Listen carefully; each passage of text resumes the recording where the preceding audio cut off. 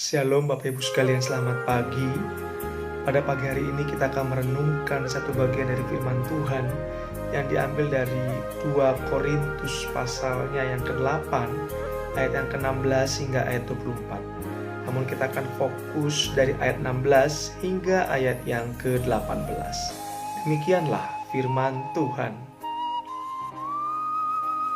Bacaan diambil dari 2 Korintus 8 ayat 16 sampai 18. Titus diutus. Syukur kepada Allah yang oleh karena kamu mengaruniakan kesungguhan yang demikian juga dalam hati Titus untuk membantu kamu. Memang ia menyambut anjuran kami, tetapi dalam kesungguhannya yang besar itu, ia dengan sukarela pergi kepada kamu. Bersama-sama dengan dia, kami mengutus saudara kita yang terpuji di semua jemaat karena pekerjaannya dalam pemberitaan Injil. Demikianlah sabda Tuhan.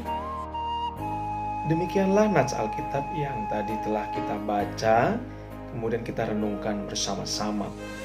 Nah, pada pagi hari ini kita belajar bahwa di pasal sebelumnya ternyata ada penggunaan uang untuk membantu jemaat miskin di Yerusalem.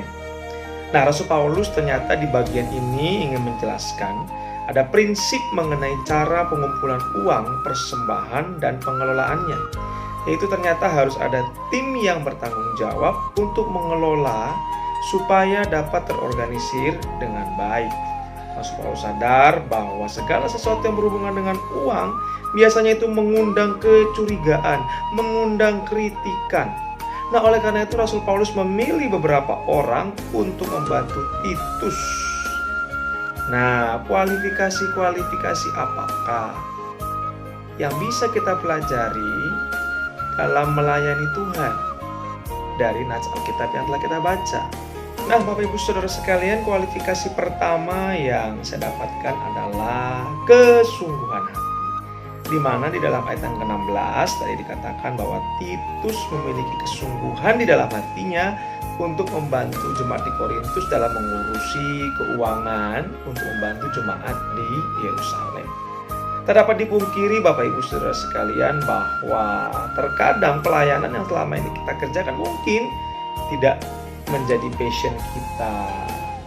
Bahkan mungkin terkadang kita malah selalu mengeluh dan menganggap bahwa itu menjadi beban, sehingga kita tidak mengerjakannya dengan sepenuh hati dan terpaksa, sehingga tidak dilandasi rasa cinta untuk mengerjakannya, dan membuat kita menjadi tidak bersemangat dan selalu mengeluh dan mencari alasan-alasan yang mungkin tidak logis.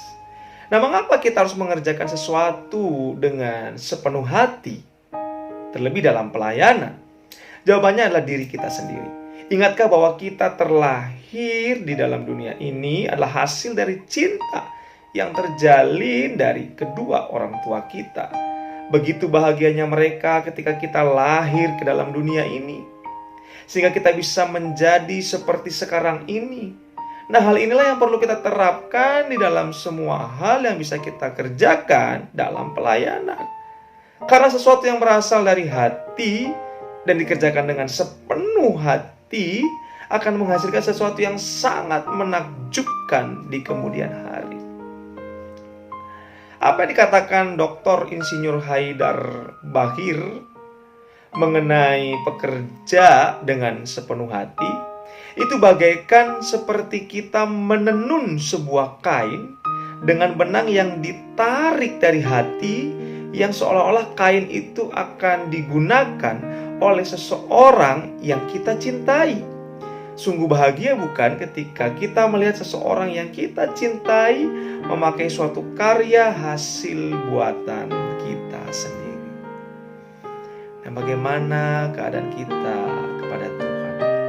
Ketika kita memiliki kesungguhan hati, dilandasi dengan rasa cinta, maka pelayanan itu bukanlah menjadi beban, melainkan menjadi kesukaan bagi kita sendiri.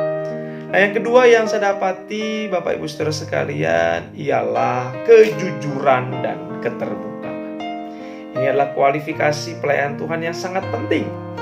Mengapa? Ternyata orang itu juga harus punya sifat terpuji atau dapat dipercayai. Karena dalam pekerjaan pelayanannya dalam pemberitaan Injil. Kriteria ini yang menunjukkan kewaspadaan Rasul Paulus akan kesalahan bila mana terjadi dalam pengumpulan dana tersebut. Hal ini mengajari kepada kita bahwa masalah penggalangan dana untuk pelayanan memerlukan kejujuran dan keterbukaan di dalam semua aspek. Demikian pun dalam pelayanan, baik kejujuran ataupun keterbukaan adalah hal yang sangat penting. Jujur dalam melayani tanpa ada motivasi yang terselubung. Terbuka, akui jika ada kesalahan, dan perbaiki demi pelayanan yang lebih baik. Ingat Bapak Ibu Saudara sekalian, kita melayani bukan untuk diri kita sendiri, bukan juga untuk orang lain, tetapi untuk Allah. Marilah kita berdoa. Bapa kami yang di surga, terima kasih Tuhan. Kami sungguh bersyukur pada kesempatan pagi hari ini boleh mendengarkan firman-Mu yang indah. Tolong kami Tuhan, ajari kami di dalam kami melayani Tuhan. Kami memiliki kesungguhan hati yang dilandasi rasa cinta kepada Tuhan. Dan kami juga memiliki sikap jujur dan mau terbuka. Tuhan tolong berikan kami kemampuan, Roh Kudus menolong setiap kami. Dalam nama Yesus kami berdoa. Amin. Shalom Bapak Ibu sekalian. Selamat pagi, selamat beraktivitas. Tuhan Yesus memberkati. Soli Deo Gloria.